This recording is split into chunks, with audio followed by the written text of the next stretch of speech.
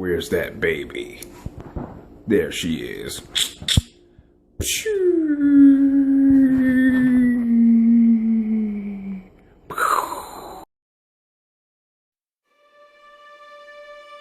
Everyone pretty much knows my story. They watched it here. Some even witnessed it firsthand. They seen the struggles that I faced, the depression that I went through, the hell, addictions, and demons that I had to face and remove. My story is just one of many stories. There are more out there. Fathers go through this all the time. This is the dark side of fatherhood, where your stories matter.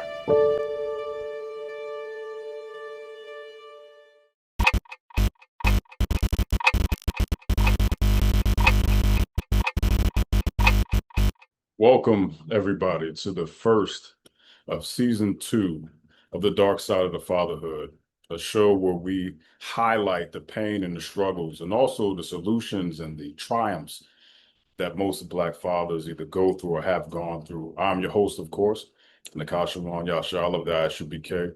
And tonight's guest is going to be joining me, a brother that I've known for quite a long time. Quite a long time. We've been talking about this. We were talking about doing something, and we just didn't know exactly what we were going to do. We were going to set up this Zoom one time, this thing for movies, going to do like a movie type of deal. And it kind of fell through, but now we have an opportunity to do something very much different than the usual. Of course, again, this is Dark Side of Fatherhood, and we're highlighting the dark side of what it is to be a father. And I'm not going to take up too much of anybody's time tonight.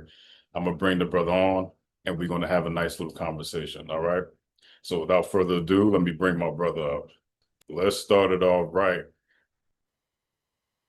Brother Tylon Washington. Tylon, you there, brother? Yes, I am. Can you hear me? I can hear you perfectly fine. Tylon, what's going on, brother? Long time, man. How about that, man? It's always good to see you, man. So listen, for the viewers that are tuning in right now, Tylon, you want to tell me a little about yourself? I know you got a lot of things, and I won't be able to do you the justice that I know that you can do, brother. You want to give a little, big background on yourself, brother? Okay, right. I am the founding owner and operator of the GoPro Radio Network. It's one of the fastest growing networks in the galaxy. In addition to that, I also am a filmmaker. Iron Metropolis is the name of the film company. It's the brain trust of the late and legendary filmmaker Melvin Van Peebles. And so we're keeping up his legacy by, exploring and providing opportunities for Black folks in filmmaking. That's right. That's right. And Tyler, I know that, you have a little bit of information as it pertains to the dark side of fatherhood, and you have seen it before. And I do appreciate you for coming on, brother. Believe me, I really truly do. So you have children, yes? Oh, absolutely. I have 7. The oldest is 41, and the youngest is 3. Okay, I got you. So you have a kid my age. I'm 41, bro. Yeah, about that. Yeah, I got you. I got you. So Look, listen, no, go ahead, Talon. I got you, brother. Go ahead. no, I said congratulations. Oh, no, 41. That's a double lifetime for some of us. man, I'm trying to tell you. So let me ask you a question, brother. So you have 7. Okay. Right.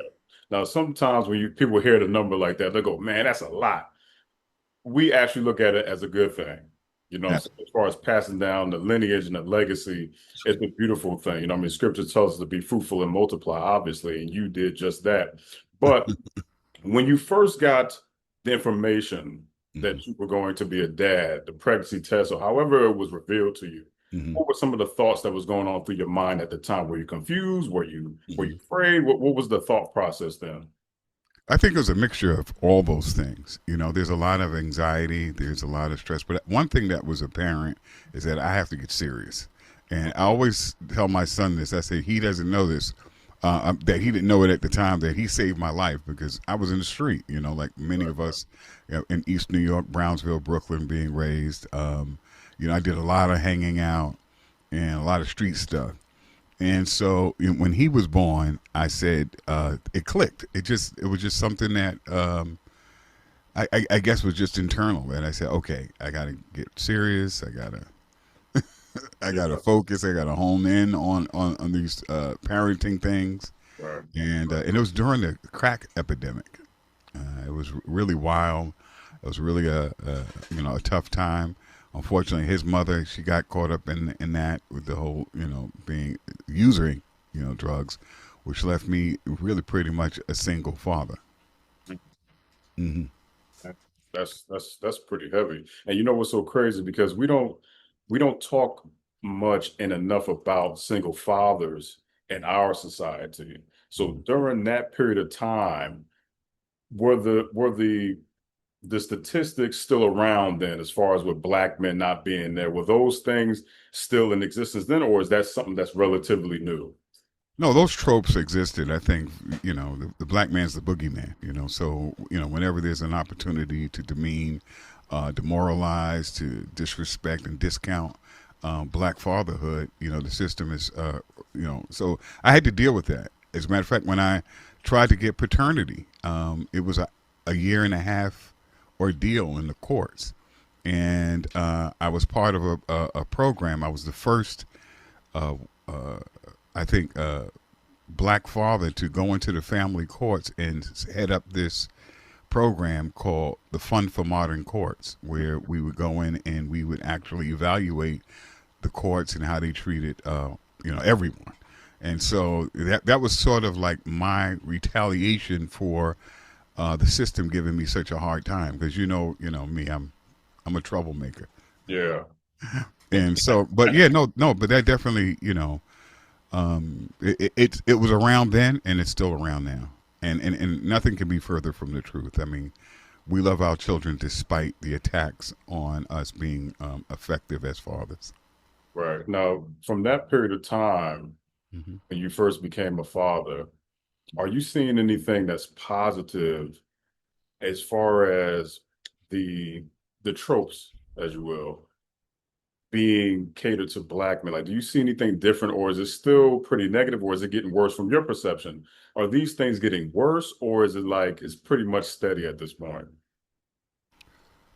It really requires. I think that thank you for the question. The question is really brilliant because it forces me to contextualize my answers with regard to what the what I call the fake stream or mainstream media is putting out, and then what we obviously observe. It's like you're not supposed to trust your lying eyes and ears. Yeah. You know and you see men who deeply and profoundly love their children despite the attacks, but in every movie, and we talk about this because we always talk. What I love about you too is your commentary on movies and films. People should check you out for that. But they take these shots sometimes directly and sometimes indirectly at fathers. You can't come across any mainstream program which is propaganda that shows a positive father, strong, Right. in dealing with his kids. So I think you could see that in just mass media with just not having us there. You'll see gay fathers. You'll see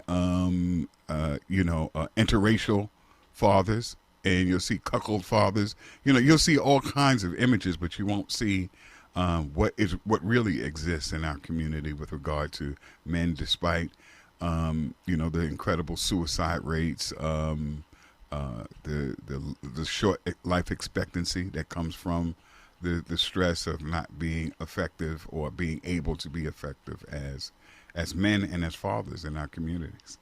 Right. Now, when you were growing up, what were some of the idols that you saw, or the brothers that you saw growing up, whether it was in your household or on television in the neighborhood, that you looked to and was like, okay, I see this is where I want to do, see this avenue I want to take. Who were some of these people that you looked up to, brothers that you looked up to for like strength and things like that surrounding your community? I would absolutely. I have to start, and I have to lay any energy of what a father was to my father. Right. He was a single father of 12. So so Right. and with one job, you could do that back then. With one job, we had and owned a store called NAR Washington Clothing Store at 429 New Lights Avenue in Brooklyn between Vermont and New Jersey.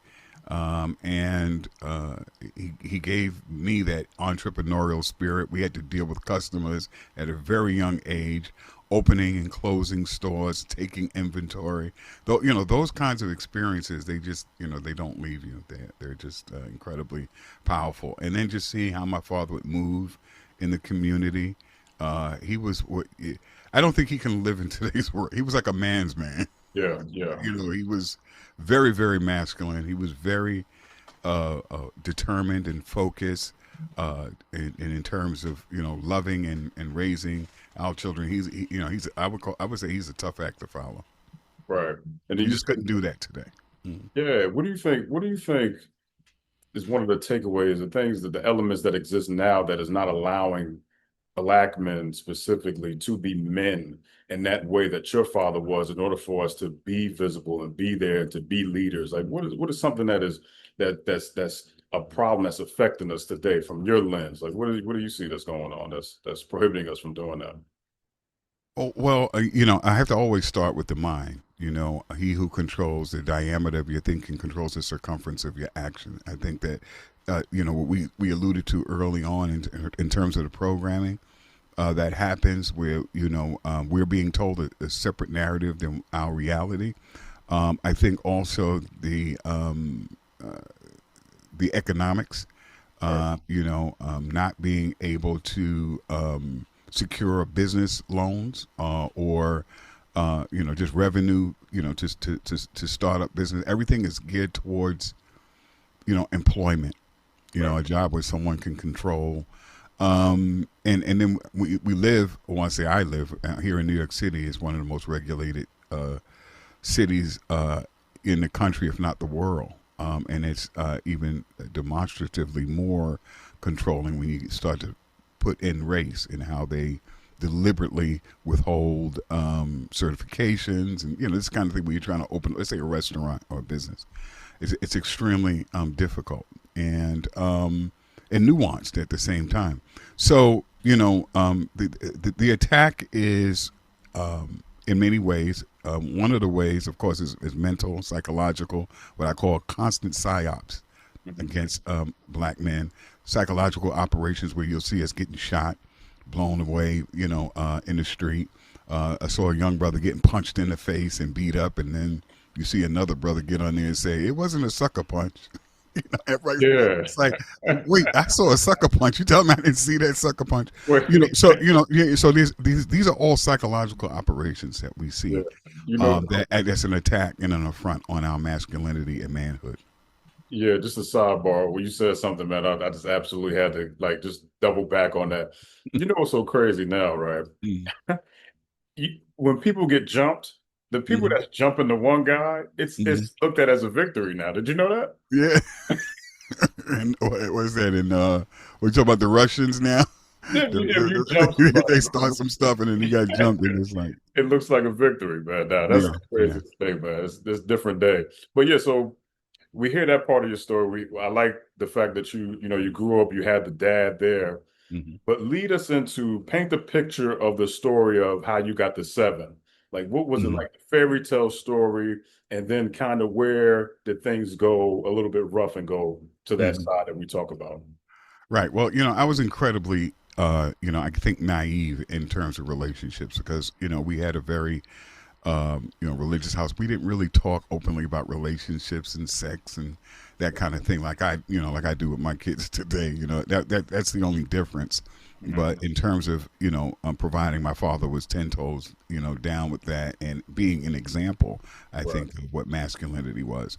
But in terms of I had to really learn the hard way, in terms of how to navigate women.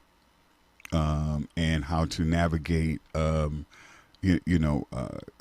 this, I would say, this accelerated and more sophisticated form of duplicity that comes out of sometimes these relationships when someone pretends to be something that they're not, and then you find yourself, once it, in the courts, and that's another way that they, oppress, black men.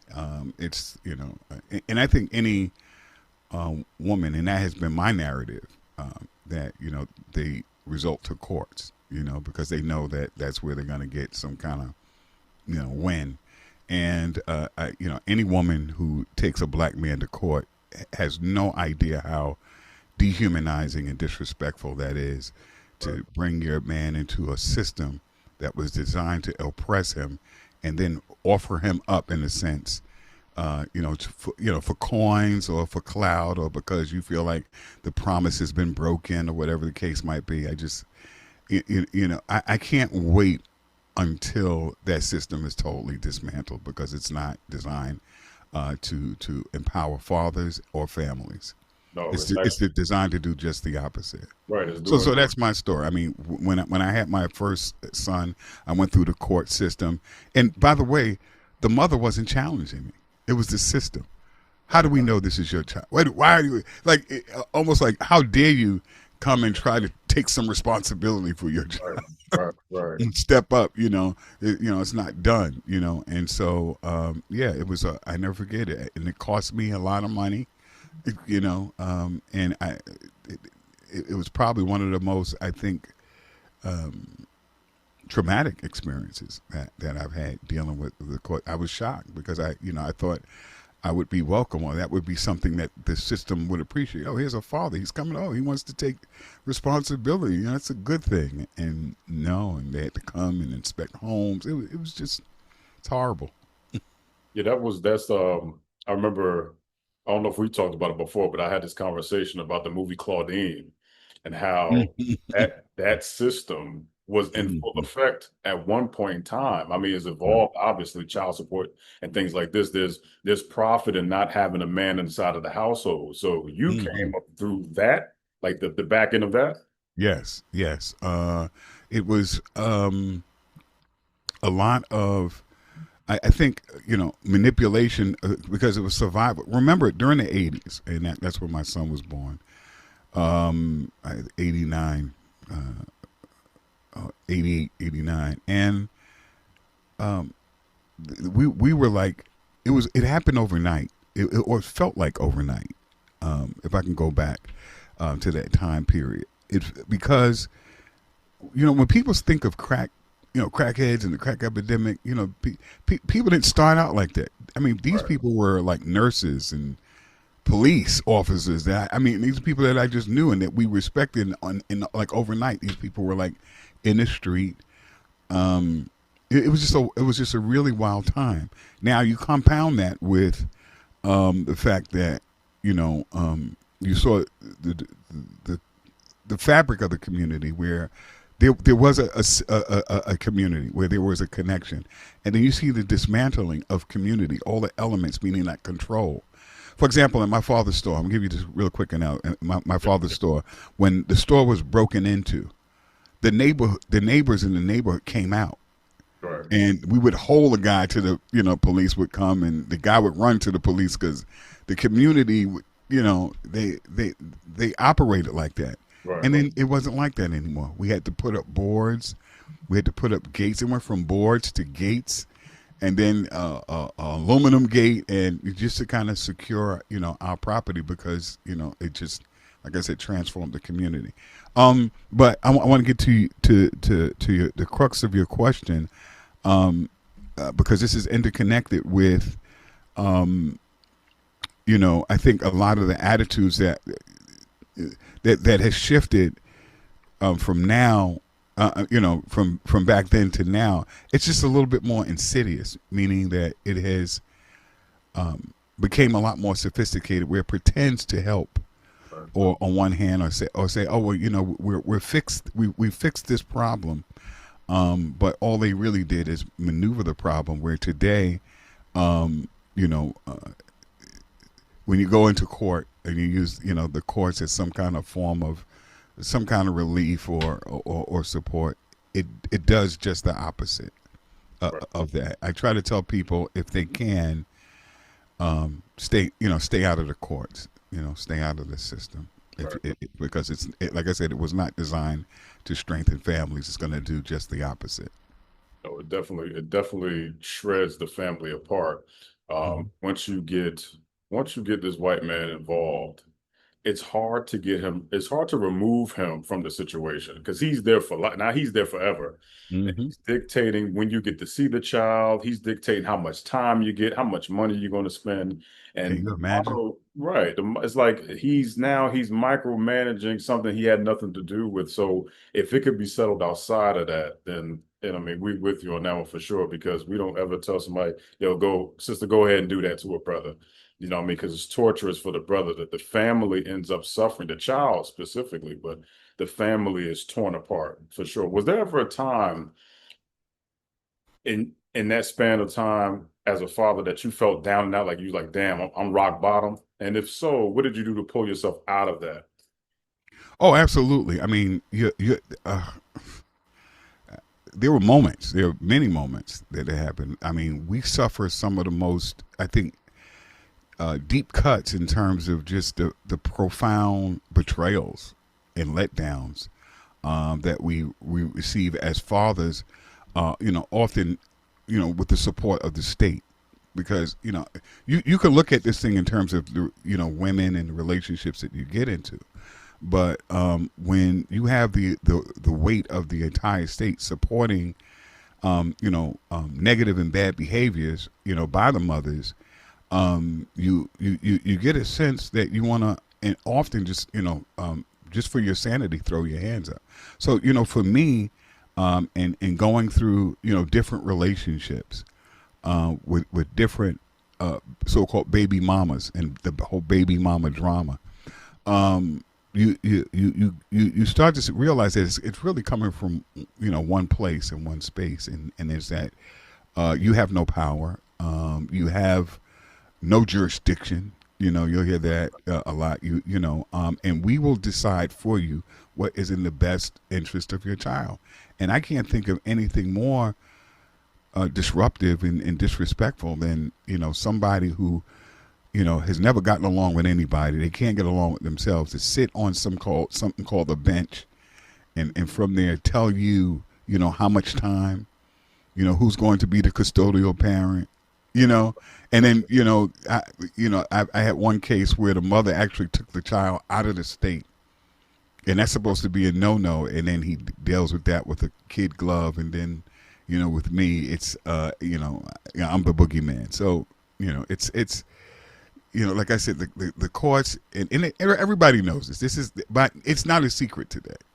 Right. Back in the day, it was like, just go in there and just tell the truth, and and then the judge will be fair minded.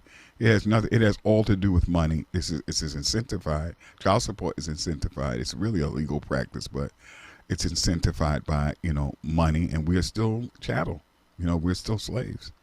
Or yeah, that is 100% accurate. If you Let me ask you this question, because you said you are a single father. Mm. If you could travel back in time, right, to Mm. visit that brother, that Mm. version of you, who who would you be talking to then? What type of brother were you back then? Because I'm sure there has been a shift. You're not the same person you were back then. Who was that version of Tylon back then? I was figuring it out all out. You didn't have, brothers like yourself or Dr. Ron Christopher Osborne Williams. You didn't have a sense of community. You were doing things yourself, and there was a sense of deep embarrassment and shame that you didn't realize that wasn't yours. See, we internalize this kind of privacy where we suffer in silence. A lot of men do because, it's not masculine, or you're told that it's not masculine. You didn't know that it was actually gangster to complain when something is really wrong, to step up and really not only complain, but to, I would say, call out, injustices where they are. And and it's really like, sucker shit to just be quiet and suffer. It's almost like a Jedi mind trick that we are told that, and this is why I love what you're doing here. This is so important. I think for the mental health of a lot of men who say, this is just happening to me. It's not just happening to you. It's happening all over the place. And you think that it's only happening to you because we don't speak out enough. So opportunities and platforms like these are essential, imperative. I think for our psychological well-being. When we talk about suicide rates, I know of a man who shot himself in the heart and it just intentionally when he got a disappointing letter from child support, and he couldn't take it, and people can debate, oh well, he had other issues and all this other kind of stuff, but it's absolutely heartbreaking. I think the fact that he shot himself in the heart, he was trying to tell or leave a message that he just couldn't take it anymore. And I wish that when that happened in the '90s, that there was this organic, I would call guerrilla media, like your platform that was out there, that would have made a tremendous difference, because someone is going to hear us and hear our voices and say, I'm not alone, because that's what you really feel. You feel like you're alone. You feel embarrassed. You feel like it's something you did. Maybe you should have made different choices and different. No, it's all over the place, and the attack is real, and have always been under attack, and now the attack has become more sophisticated, where you're almost blaming yourself for the attack. Right. And being on social media so much, and I know you are too, because of the work that you do as far as film and all of the great things you do. I've been knowing you for quite a while, especially with the GoPro radio. Thank you. It was a good platform, man. It's still strong, man. I tuned into your show. But on the internet, there has been this large increase of negativity towards Black men as it pertains to fatherhood. Man, it is grown. It has a life of its own now, and it has legs and it's walking, right? Mm-hmm. So I think my question to you would be, if you could talk to sisters, right? Let's say you're in the room with a couple of sisters. What would you tell them to kind of minimize the noise, for them to feel our pain for that couple of seconds? Like, what would you talk to them about? What would you tell them just to get them to understand? You know what? This is gonna sound harsh, but I Oh, just got to be no, brother, real. it's okay. Yeah. I just got to be real. I think the majority, and there's always exceptions, so I don't want to get the women to, oh, I'm not like that, because they're always the pick me's. I'm not like that, but the reality is that Black women has been programmed not to listen to Black men. They really, I would probably, I think what would be more helpful if I really wanted to reach a woman is to probably recruit a woman through, letting her look at the data and statistics. You know me, I'm about, submitting things to logic and reason and saying, this is a problem. And we have no community. People talk about community. If you have a community, control it. We don't control who picks up the garbage. We don't control who opens up businesses in our community, right? People come in our community and they leave with all the money, and we don't have that. So a lot of times when the foundation to community is family, Right. and it's because our family has been made dysfunctional. We have no community control.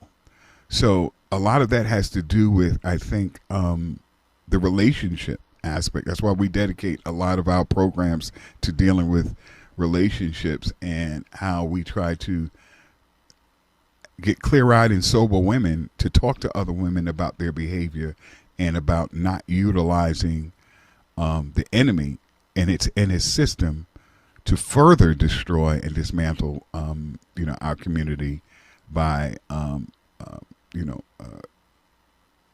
taking their men to the courts, calling the police, this kind of shenanigans, has to stop. Right. Now I know you're into film and filmmaking, right? So I know in our community, the Black community, most of us hold Tyler Perry to some type of high regard. Hold up, man. I ain't even asked you the question, Tyler. Hold on.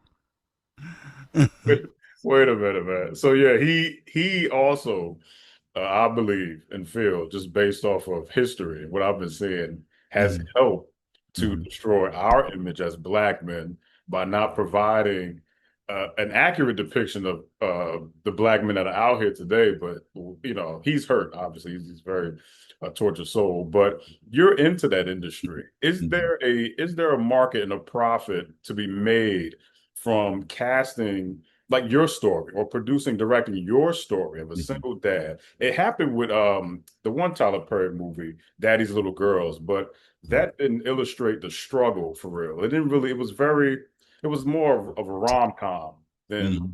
a drama, which it should have been in the first place. Mhm. But do you think there's an avenue or an appetite for that? Absolutely. You know, the truth has a power all its own. It's a little slow because usually the other apparatus is very loud. They can get their BS around the world 20 times while you're trying to get your truth out of the bed, right? But it does have a power, and it has what I call staying power and longevity. So, in terms of a marketing kind of ploy and thing, you have to really be in it for the long haul because you know it's like, you know, we live in an environment that it's like hell, and so when you're like an angel or you're trying to do something positive or good, it, you know, it takes a little bit more time because we live in a world of lies. I mean, and to me, they, you know, celebrate and uphold not only mediocrity but the best liars. So, but when you do tell the truth, this is a good thing. That's what makes you great. I mean, this is what makes your platform, what you're doing, is great because it's about truth telling, and you know you know, we have a saying in the community: "Real knows real." People when they hear it, you know, some people who want to live the life, they'll have a allergic response to it, almost like garlic and a vampire. You know, but the other people, you know, they know that it's good for them and it's mind nurturing, and that has, I think, the power and the longevity that will actually pull people in. So, in terms of a commercial market, and you're looking for that quick dollar and stuff like that, it's almost like fast food, right? It's something sugary, it's sweet, it's not really good for you. It's going to make you fat and slow you down, right? But if you want something that's mind nourishing, it takes a long time to cook and prepare. Sometimes you have to prepare it a day before, right? It's just to get the seasonings and everything to really marinate and to get it right and to make it more nutritious and more healthy for your family. And it's the same thing with ideas and how ideas are constructed and how ideas are, you know, put out. So to, you know, to the market, when you look at marketing and positioning, like, you know, we look at it here at, you know, GoPro Radio, and that's why we don't use bots. A lot of people use those kinds of tools. We want the authentic. We want to see how well we're actually doing, how well the word of mouth is going, and we're patient. You have to be patient. This is not a what do you call that? You know, instant microwavable industry. You know, if you want to win and you measure your wins by how many hearts and minds you're able to change, right? That, you know, it's a slower process, but it's a more effective and a more rewarding process. Right. So with that being said, right, there's also the slogan, the saying that men cry in the dark. And of course, you probably know a little bit of my story. My story is what inspired this show. And I appreciate you for coming on because you sharing a piece of your story with the masses, you know, and by your story, through your story, we could hopefully reach out to a couple other brothers to bring them on because the goal, however, is to raise awareness for us because Black men, in fact, do cry in the dark. You just never know what the hell it's about. And a lot of times the things that we're crying about are things like this. Our people kind of ignore, society rather ignores us in this way. But the world, other nationalities of people, other races of people, white people, Italians, Chinese people, they don't know what it's like to go through this struggle as a Black father, having your child ripped away from you. You got to, you know, raise your kid through a FaceTime or something like that. I know it didn't happen to all of us, but we all have a story. All of us have cried in the dark at some point in time. Mm-hmm. Was there a moment where you cried in the dark as a father, and what was that moment about? You know, I would cry every time I would leave my daughter on the train going back to with her mother. You know, one of the most heartbreaking elements that I think people overlook or they discount or they don't, you know, because, you know, we're beasts, right? We're monsters. So, you know, we have no feelings. We're not entitled to them. And it is the fact that your daughter, your son goes into a place where he's not loved unconditionally, because only you as a parent, as a father, especially if it's a father and his daughter relationship, that's a very sacred and very special relationship, because we're the only ones that are going to do something for them without something else or some other agenda, right? And then they go some unknown place, and you don't know, and no one talks about this part about the values, because I know I've always had a revolutionary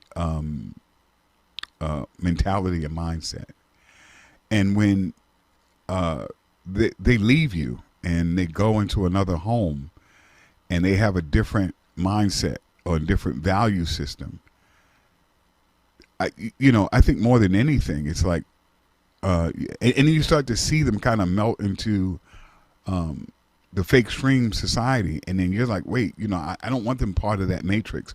We need more revolutionaries out here, and and you just see that there is a divide. There's nothing more heartbreaking, than to see a part of you and a part of yourself. Even thinking about it, I'm getting a little choked up and stuff like that, because it just brings back. It never leaves you, And I remember seeing on the train and having to put on the front, so that she's not upset, or your child is not upset when they go away. Okay, I'll see you next month. Can't wait. And then, as soon as the train pulls away, you're like broken. You're like, I hate this. This sucks.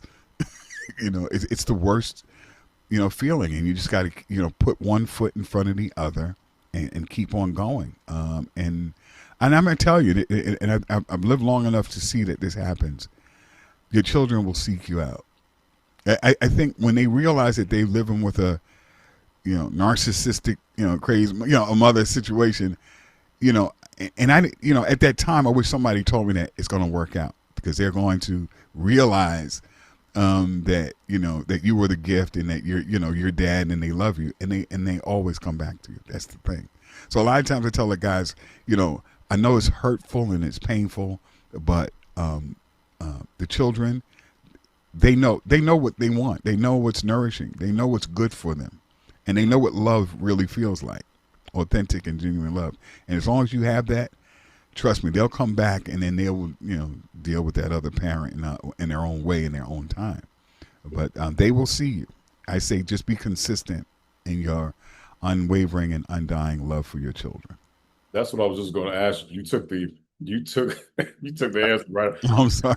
I was just going to ask you. I was going to ask you if you can give advice right now to a young brother who's about to become a father. What would that be? That advice that you should have gotten. Now, you gave me what would happen if the kid is stripped away. But what advice would you give a brother who's about to be a father? I say, get prepared. I wish somebody told me half the things that I had to learn the hard way, pretty much, just the hard way, just going through it. And those support groups, there's all these support groups for women, and let me show you how to really put the screws to the man. Let me show you how you can get this and get that. We don't have that. We go to court like just dumbfounded, like, oh my goodness, let me just come here with the truth. But I would tell them to make resistance a very important family value. Not just through protest, but I think by building, what do you call that? Generational stability. Where you can affect the areas that you do have, power and reach and influence. Live as free as possible, under this. Celebrate survival, as a victory, and make sure that you provide more than anything. Don't worry about the money and the child support, all this other kind of stuff. More than anything, the values that you give your child. Remember that we're under attack, and that we have to make resistance a constant model for them. So yeah, I think that's what I would tell fathers. Don't just grow up kids to become capitalists, you know, and to get along with the system, but to live every waking moment to figure out how to dismantle it. Right. I would tell them automatically to watch out for postpartum depression. That's just me. That postpartum depression is getting rid of brothers, man. I would tell them I would watch out for Mhm. that because that's something very, very, very severe. And a lot of sisters don't know that that's coming. It would be beneficial if the older sisters would teach the younger sisters about it, so that way those relationships are not blindsided when it happens, because it can happen and it is pretty brutal. It is pretty brutal. Mm, yeah, on that point of postpartum, and this is something, you know, eh, this is something new. When I say new, I'm talking about in the last 8 years that people are talking about, mental health and Yeah. triggers, narcissism. You're starting to hear words that people who are, revolutionaries, and they're up on the internet learning, how important your mindset is, and Yeah. I think we need to develop some kind of manifesto. I think for Black fathers, because we have a unique position in this world. It is not by happenstance that we are strategically under attack. It is because we are the only element that is the direct threat to white supremacy. Black fathers and black men protect the community. We not only protect the community, we are providers for that community. So there is an interest in destroying us, and looking at it from that, and people understanding from day one as a father that no, you're more than a provider. That seems to be the big thing. Just provide how much money, and you're Right. more than that. You're a protector. You're a teacher. You're a builder of legacy. Right. And I think the system may try to define you and diminish you, or even try to erase you, but your name and your history, and that's important to let your kids know, your history, who your father was, and before that, and let them internalize that, and let them know that you will accept them unconditionally. You'll love them unconditionally. And I think that's the most important lesson. Tylon, let me ask you a question. Mm-hmm.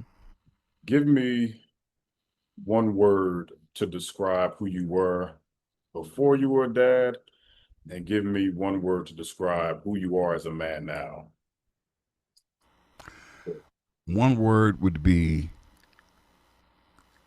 before I was a dad, trouble. After a dad, I think revolutionary. Right.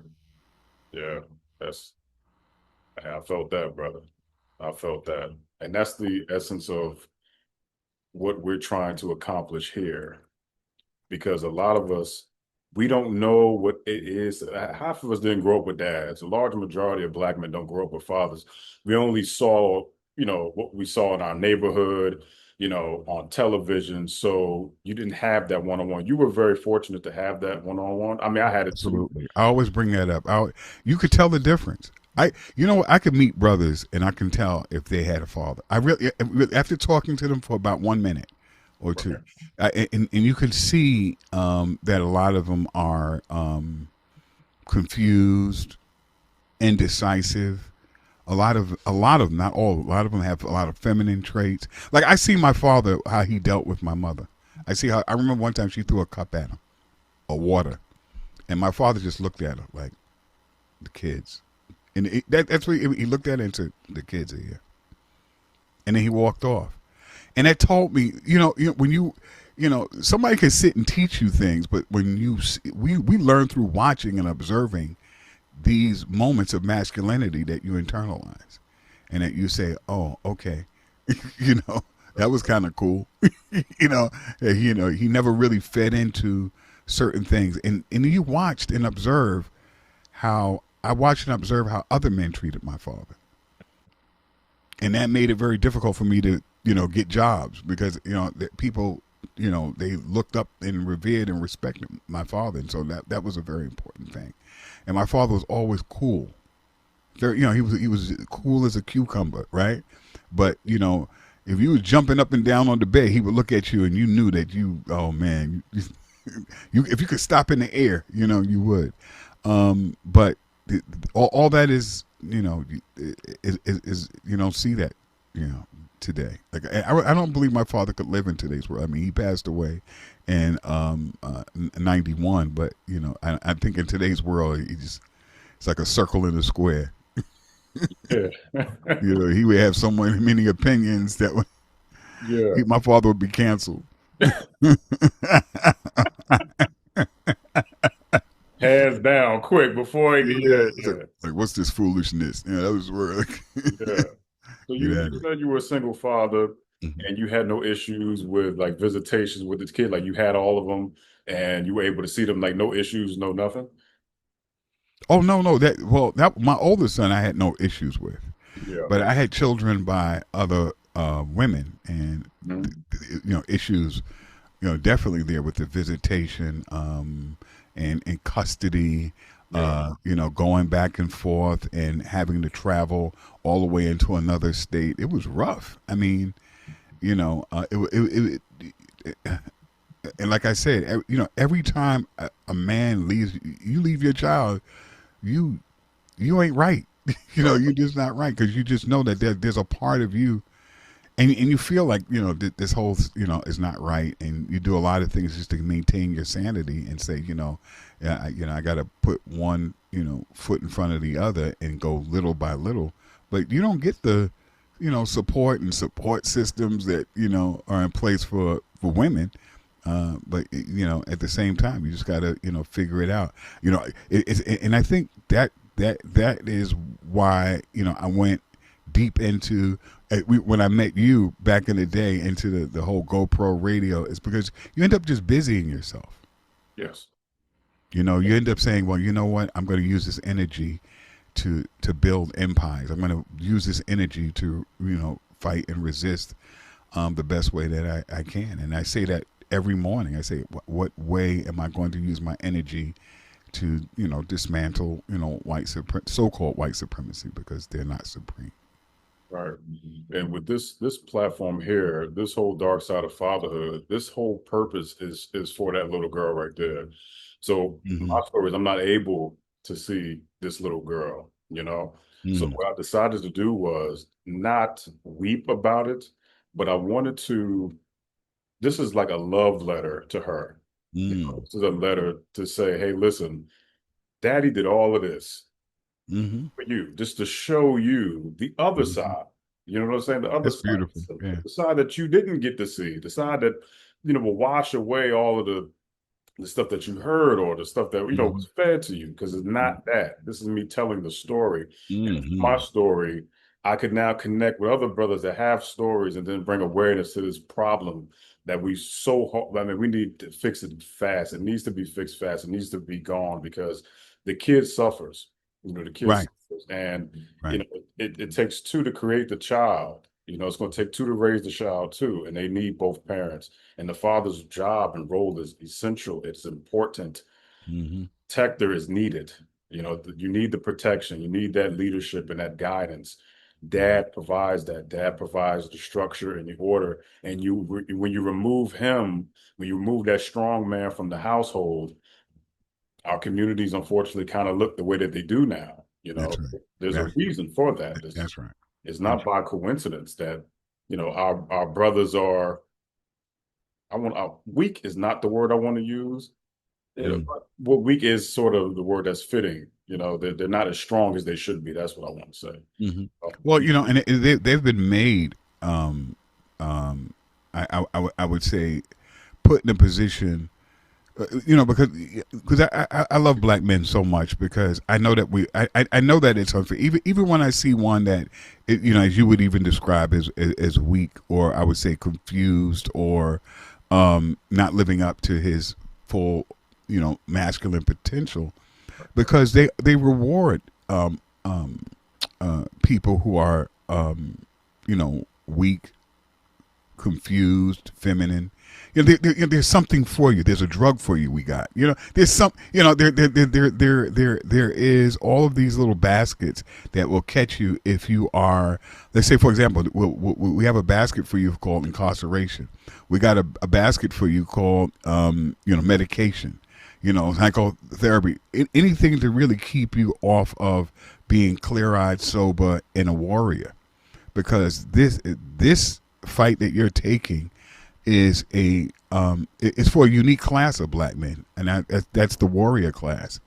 And so everything is designed from birth, particularly black men. I think after you get in second grade, is to strip you of that warrior spirit, that says resist and fight and to make things right and to use your life in that way. Everything is about cooperating and assimilating into a system that wasn't designed to empower you in the first place. So I think it's magnificent that you have this platform in honor of your daughter. But I'm telling you, she's gonna find you. Trust me, brother. I wish somebody. That's the. You asked me questions. I wish somebody could tell me. My old self. Now I didn't know because everything was urgent and it was right then. I know that I need to be there. I know she needs my influence. She needs my input, and that's all true. But I think when they are away from you, there's a longing that they have that they will see. When I say seek you out, there was one time, I'll give this real quick, an order to see like once a month. They always do that once a month. It depends, or on the weekends and this kind of crap. The kids will come to see you after school. Like you have to say, oh, you're not supposed. I might get in trouble.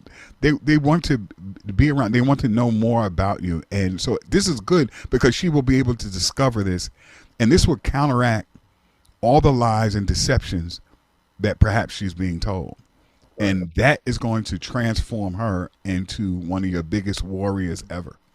Because it happened to me, and that was my concern. I was like, and I know that they're saying shit about me and talking shit, So I was like, really, like, no, she needs to be around, and she needs to, have my input, which is all true, right? But remember, she's part of you, that's and right. That DNA, that information, that is so powerful, and no matter what she's being told. It's almost like I can give you an example. The more BS that they tell her, the more affinity she's going to have for you. It's weird, but but it's true. Like I said, I bear witness that if she has your DNA and it's in you, she's going to want to connect. And once she sees how magnificent and how powerful, and even this form that you did, this profound display of love. Having this platform and thing, it's going to blow her mind because what you're doing here is not just selfish. You're using this situation to help other people find their way, and so even in that, where it's benefiting her, she'll be able to see this. This is part of her legacy. You're part of her legacy, but other people will be able to share in this and say, thank you, brother, because this podcast, this show, saved my life. Because I know, like I said, I know at least 4 brothers who, committed suicide. One brother worked himself to death, like literally. To me, it was a form of suicide because he was a train operator. He died, on a train because, right. His heart was broken. Like I said, all you have to do is look at the statistics, and the statistics will tell you when you talk about suicide, when you talk about, the ages we are when we die, we're dying too young, and it's because of stress. I don't want to hear about the heart, the diabetes and all that. All of that is because of the incredible amount of stress that we are told not to talk about. Right. It's all this suffering in silence, all this.